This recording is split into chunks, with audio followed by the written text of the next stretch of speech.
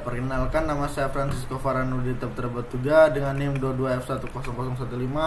Sini saya akan menjelaskan tentang lokomotif diesel elektrik atau ELDE. Dimana di sini meliputi sistem kelistrikan, penggerak, bugi, dan sistem pengereman. Ya, masuk saja di main parts yang meliputi sistem kelistrikan, sistem penggerak, dan juga yang lainnya. Karena di sini otak utama atau jantung utamanya adalah diesel engine, dimana yang mengubah energi mekanik dari fuel tank atau dari diesel menjadi energi gerak melalui pembakaran.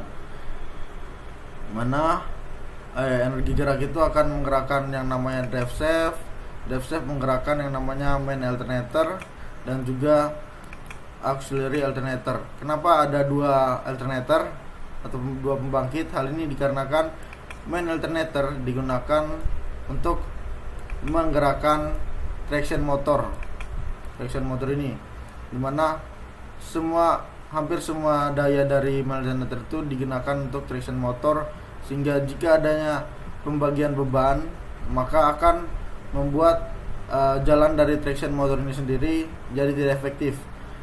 Maka dari itu kita membutuhkan yang namanya auxiliary alternator atau pembangkit tambahan yang digunakan untuk hal-hal lainnya seperti untuk electronic control stand dan lain sebagainya.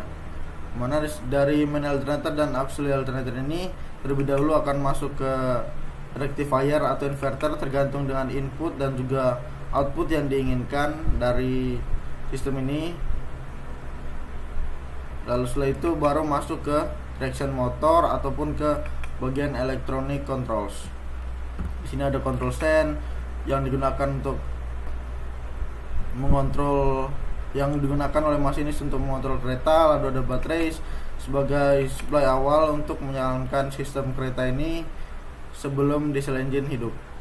Lalu ada turbocharger ini digunakan untuk memboost pembakaran di diesel engine dengan cara memompa angin ke dalam diesel engine, dimana turbocharger ini bisa memboost daya dari diesel engine ini hingga 50%. Drive shaft ini dia juga menggerakkan yang namanya gearbox, dimana gearbox menggerakkan radiator fan untuk pendinginan yang berasal dari radiator airnya atau anginnya. Lalu ada juga air compressor yang digunakan untuk sistem pengereman. Lalu berikutnya ada di sini di bagian air intake yang mengambil angin. Lalu kemudian ada motor blower yang digunakan untuk mendinginkan motor yang terus berjalan secara terus menerus, dimana ketika motor itu panas maka dia akan menjadi tidak efektif. Maka dari itu kita membutuhkan pendingin untuk motor ini agar motornya tetap di suhu optimalnya. Oke, berikutnya adalah sistem penggerak, dimana kurang lebih di bagian awal ini sama, dari solar melalui pembakaran di diesel engine, lalu menggerakkan drive shaft, menggerakkan rotor di main alternator, menghasilkan listrik, lalu dikonversi di inverter atau rectifier, lalu kemudian dia akan menggerakkan traction motornya. Lalu traction motor akan menggerakkan gear, lalu gear akan menggerakkan roda di lokomotif diesel elektrik ini. Lalu berikutnya sistem kelistrikan kurang lebih sama, yaitu solar dikonversi menjadi energi mekanik melalui pembakaran di diesel, lalu menjalankan auxiliary alternator masuk ke rectifier atau inverter atau rectifier mempower atau memberikan daya ke perangkat-perangkat elektronik melalui electric control tadi. Lalu berikutnya masuk ke sistem kereta, yaitu peralatan-peralatan yang lainnya. Lalu berikutnya dari diesel engine itu juga masuk ke gearbox yang menggerakkan fan dan juga air compressor tadi. Oke, lalu berikutnya di bagian bugi atau bagian yang menopang kereta ini. Di sini kita punya yang namanya bugi frame yang merupakan kerangka dari bugi ini sendiri atau bagian penopang kereta ini. Lalu ada axle box merupakan rumah bagi roda atau wheel, tempat dari roda atau wheel berada. Lalu berikutnya ada brake lever. Brake lever merupakan tuas yang digunakan untuk mendekatkan brake dengan roda. Lalu berikutnya ada bearing. Bearing adalah tempat tidur atau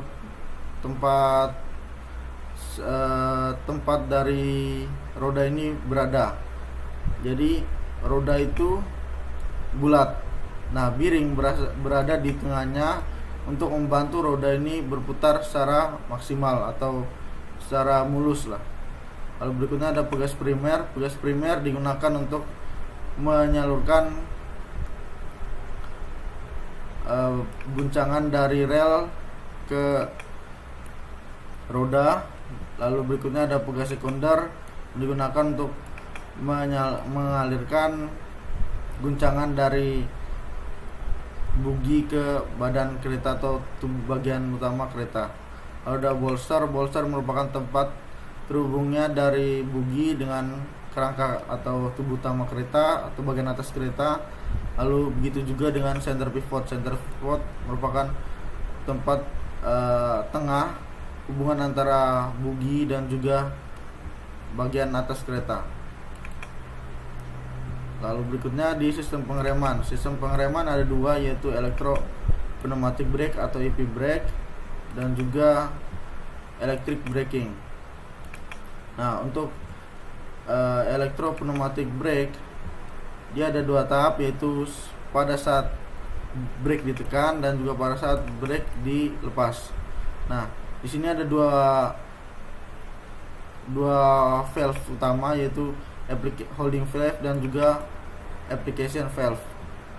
Dimana ketika brake ditekan, maka application valve akan mengangkat dan memasukkan angin menuju ke brake cylinder di sini, yang kemudian di bagian holding valve ini akan menahan angin untuk keluar di pipa exhaust ini.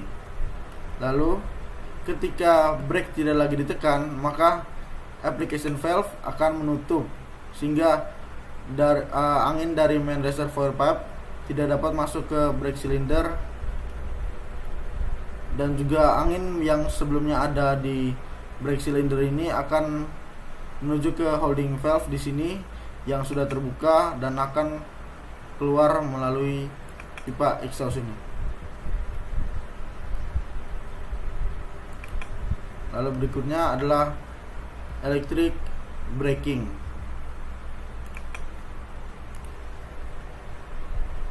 Yang berikutnya adalah electric braking. Nah, electric braking ini memanfaatkan prinsip kerja motor traksi yang bisa diputar berkebalikan arah dengan memanfaatkan teknologi kontrol motor. Maka ketika terjadi pengereman motor traksi itu sendiri bisa diubah menjadi generator. Generator ini akan mengubah energi gerak kereta menjadi energi listrik. Jika energi listrik ini dibuang ke resistor, seperti yang bisa dilihat di sini, resistornya seperti ini, maka panas akan terjadi sehingga nanti itu bisa disebut dengan yang namanya rheostatic braking. Nah, jika panas atau energi listriknya itu tidak dibuang ke tempat lain atau tidak dibuang ke resistor, melainkan disimpan di baterai atau kapasitor atau disalurkan ke kereta atau sistem kereta, maka itu disebut dengan yang namanya regenerative braking. Ya, sekian saja presentasi dari saya. Atas perhatian yang diberikan, terima kasih.